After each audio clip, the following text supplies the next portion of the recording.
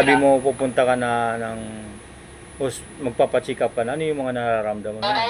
Minsan, hindi ka lang naman dumi. Lagi ka nag-aalala, baka dumi sa sasakyan. Ganun. Sakyan. Pero parang Hindi, sa awa naman ng Diyos, Wala. hindi naman na mahantong sa ganun. pero nung dinala po operahan ka na sa Quirino, ano yung Naisip ko, iniisip mo nung time na yun? na lang, parang tinutulak na ako, parang nalulungkot lang. Hindi naman ako natatakot, parang nalulungkot lang ako. Oh. Parang ang bigat ng Pakiramdam mundo. mo? Oo. Tapos na sinabi ng doktora ng, sir, turuan ka na namin ng anesthesia. Para di mo maramdaman. Sabi ko, sa isip ko, sabi ko, sige po, pero sa isip ko yun, sige po, para makatulog na ako. Ah. Kasi pagising ko, wala na yun tapos na yun ang alam ko Pagka na-operahan Pero ako, nung inoperahan, nakaano ka na nun? Tutulog ka na? tulog na po ako yun. Pagising ko, Wala na, putol na yung ano na ako, operado na ako. operado na. Naramdaman ko na, sir, sabi sa akin, nasa aircon ako Pero may ilang oras din ako natulog. Sir, gising na. Nung nilipat na ako sa, Masakit na yung ano. ilipat na ako sa kabila, para ilipat na ako sa room ko. Pag ganun sa akin, meron naman tayo. Tapos nililipat na ulit ako sa kwarto ko, sinali na naman ako sa yan. Kasi naramdaman ko. Ibig sabihin, pag may nararamdaman ka talaga, ano mo talaga sa ospital, no? Huwag mo Mahirap baliwalain. baliwalain. Kasi kung maaga mo pupunta sa ospital, at least maagapan. Maraming namamatay. Sabi ko namin, maraming namamatay. Talagang parang titiis na lang yung sakit.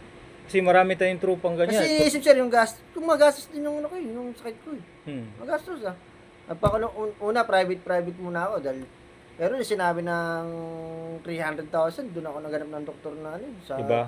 public Public. Yung colonoscopy ko lang, at CT scan ko lang, palagi natin 20-20. Colon scan? Colonoscopy kung tawagin. Yung sinundot ka sa puwet, may camera yun. At makikita yung bituka mo. Colonoscopy ng una, sa colonoscopy. Santa Mesa. 20,000. May anesthesia.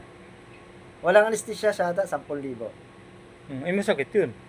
Sabi ko, sir, yung staff mo, mabait. Kaya mo yan, bata ka naman. Wala nang Anesthesia. Ano lang, mano-mano. Sige, mano-mano, 10,000. Narurukan ako ng sa puwet. Hindi naman masakit, sir. Masakit lang pag yung inaalokay ng puwet ko. Tapos, parang tatae. Sige, sabi ng doktor, huwag kang takot. Iutot mo lang yan. Utot lang yan. Hangin lang yan. Yun. Parang sige, ulit tayo. Ayaw na pumasok ng Pero nung naoperahan, yung mga before ka operahan na marami kang iniisip, kinakabahan ka. Pero nung operahan ka, ano yung pakiramdam mo? Kasi sir, hindi ako masyadong kinabahan nung sa hospital ako kasi nagsama ako ng isang tropa. Habang wala akong bantay na pamilya, isang tropa ko lang. Hindi alam ng pamilya mo? Alam, ibig sabihin, nang hindi pa ako, kasi bago ako operahan, 2 linggo Kumbaga pinapalakas muna yung katawan ko. Ngayon tumawag na ako ng opera na ako. Hindi, tumawag na ako ng pamilya ko, ng opera na ako. Ang sinama ko muna, tropa ko. Nag-yosip ako nun. Kaya, pag nagkita, yosip pa rin, nalilimang ako nun. Pero simula nang ginamot na ako, hindi na ako nanigarilyo. Hindi, iwasan ko na. Sabi ko, buti na lang, kahit na opera na ako, okay na kasi iwasan ko na ng sigarilyo. Mahirap din.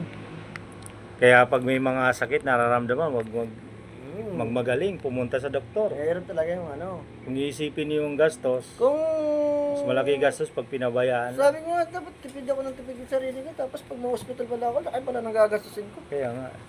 Sa kinakain din natin. Kaya nga po, sabi ng doktor sa kinakain. Hindi rin nila